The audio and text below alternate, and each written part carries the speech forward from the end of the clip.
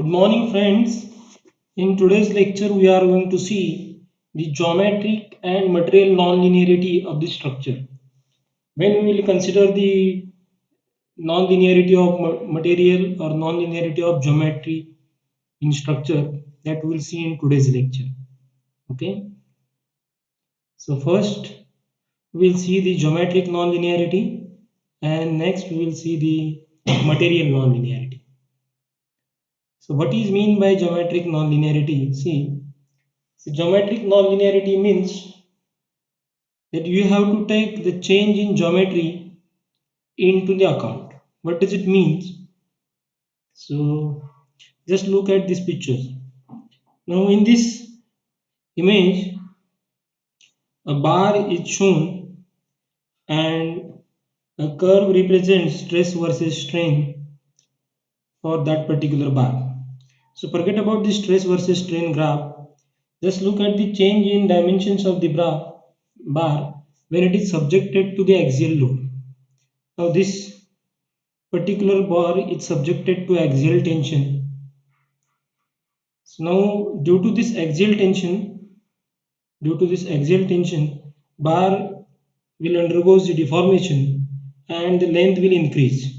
Now see in number of successive images of this particular bar, the length is increased.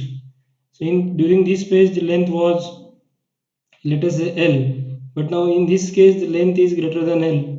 Here again the length is increased, here also the length is increased, and this is the time of failure when the rod undergoes the fracture condition and it breaks. Now if you see these images very carefully, you will come to know that when the length of rod is increased, the size of rod, means depth of diameter of rod, is decreased. And at this particular state, when the rod is failed, at this particular state the cross section of the rod was decreased and it is failed. Now when we calculate the stress, we calculate the stress as a force divided by area. We calculate the stress as a force divided by area, means we take the force F divided by area. Now which area to be calculated, where the initial area is to be taken into consideration, or this final area? Because initial diameter, let us say d is 20 mm during the initial stage, but due to increment in length the diameter of rod will decrease. Now if you take the actual diameter at the time of failure, that diameter will be very less as compared to the initial condition. So when you are going to consider the decrease in the length of decrease in diameter of the rod, that is means you are considering the geometric non-linearity of that particular structure. Okay, means due to extension in the rod, the depth of diameter of rod is decreased, and that decrement we have considered in our calculation of stress. So it means we have considered the geometric non-linearity of that particular structure. But instead of that, if I have calculated the stress as a force divided by area, which is in such case, suppose I have taken the area as an initial area, that is pi by 4 divided by d square, where I have taken d as an initial diameter. Then I have not considered this change in cross sectional area or change in diameter. I have taken the initial area only. So in that case, I have not considered geometric non-linearity of the material. Okay. Now see some facts related to the geometric nonlinearity. Basically, it is the difference between nominal stress and true stress. Just now I have told you that true stress means force divided by actual area, and nominal stress means force divided by area, which is initial area, not actual area at the time of failure. Now see, when the member is failed, this is the cross section of that particular diameter of bar. In the second year, during the strength of material practical, we have performed the tensile test of steel. In that, we have seen that when the steel rod breaks at the junction of failure, the neck formation takes place. And at the neck formation, where the neck formation takes place, at that particular point, the diameter of rod is very less as compared to the original diameter of rod. If you if you take that particular reduced area into the calculation of stress, means you have taken actual reduced area for the calculation of stress, means we have calculated this true stress. And nominal stress means we have taken the initial diameter of the rod for the calculation of area, means force divided by initial area, that is your nominal stress, and force divided by actual area at the time of failure, that is mean by true stress. Okay, this is the basic difference between nominal stress and true stress. Now if the cross section of your cable, now in suspension cable you can see the cables are subjected to tension. In the cross section of your cable changes when it is loaded, the stress should be calculated as force divided by current cross section. Force divided by current cross sectional area where the diameter of rod is reduced. So that is what you have considered the geometric non-linearity of material. Now geometric non-linearity exists in the system undergoing large deformation or deflections.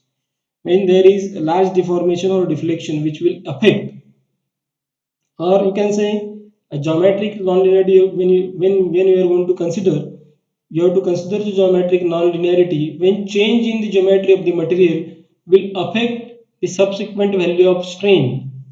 Then you have to consider the geometric nonlinearity. Means if I have taken the reduced area of that particular member, then stress will change significantly. Then I will say I have to consider the geometric nonlinearity. But the initial area and the actual area, there is no such a difference or maximum difference between initial area and reduced final area, where the difference between actual stress and nominal stress is not so much. So you can say that if you can neglect or you can ignore the geometric nonlinearity of material. Okay, so there are some thumb rules also when to consider the geometric nonlinearity or not. Okay, I will show one more example of geometric nonlinearity. See this example. Now this particular rod is subjected to axial force. Now due to this axial force, this bar will get compressed. This bar will get compressed. This is short column. This is short column. But if you consider the same situation for the long column, this is long column. Now this is subjected to axial force. Now the initially the force is axial force, but after application of some force, this bar will get deflected. Now this bar will get deflected. It will deflect.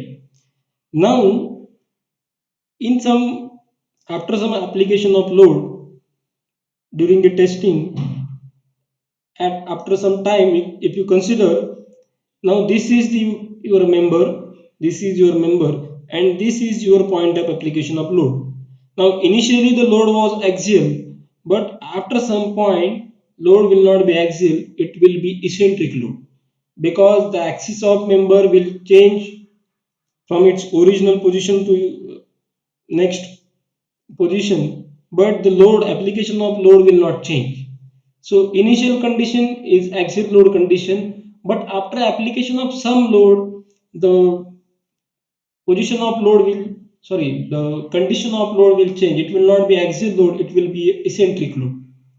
Okay, so if you consider that deflection, your load will be eccentric, and that if you are considering that eccentricity into your calculations, then you can say that you have considered the geometric nonlinearity of material.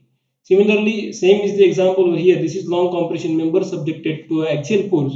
After application of axial force, it will deflect into the deflected shape. So in that case, this is the position of load, and the centroid of the member will be locating at some distance from this axis of load. So there will be difference, or there will be some distance between axis, centroidal axis of the member, and position of load. So it means the load will not be axial after application of load, so it will be eccentric.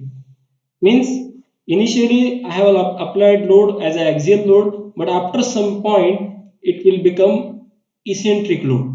If I am considering that eccentricity into my calculations of stress, strain, and bending moment, then I will say that I have considered the geometric non-linearity of that particular material. Okay, so this is one more example of geometric non-linearity. Now, second is material non-linearity. Now, what is mean by linear material? Linear material are those materials which which obeys Hooke's law. Linear elastic material are those material which obeys Hooke's law. That is very good example of linear material. If you see the steel, in steel up to elastic limit, stress is directly proportional to strain. So it obeys Hooke's law up to elastic limit. Beyond that, it undergoes the permanent deformation. Okay, so up to elastic limit, the behavior of material is linear, means stress is directly proportional to strain. But after elastic limit, what happens? Material undergoes the permanent deformation, and due to that permanent deformation, there will be plastic change in the shape and size of the material. So that behavior after elastic limit is not a linear behavior. If you see the stress strain curve, see this curve. Up to this particular limit, stress is directly proportional to strain. But beyond this limit, stress is not linear. It is stress strain curve is not linear. It is varying. Okay. So behavior of the material beyond this elastic limit will not be linear. It will be a non-linear behavior. So that is what we have to consider as a material non-linearity. Now, when we are going to consider this particular non-linear behavior of the material, it means we are considering the material non-linearity of the structure. Okay. Generally, suspension cable element as a in structural member shows the material as well as geometric non-linearity.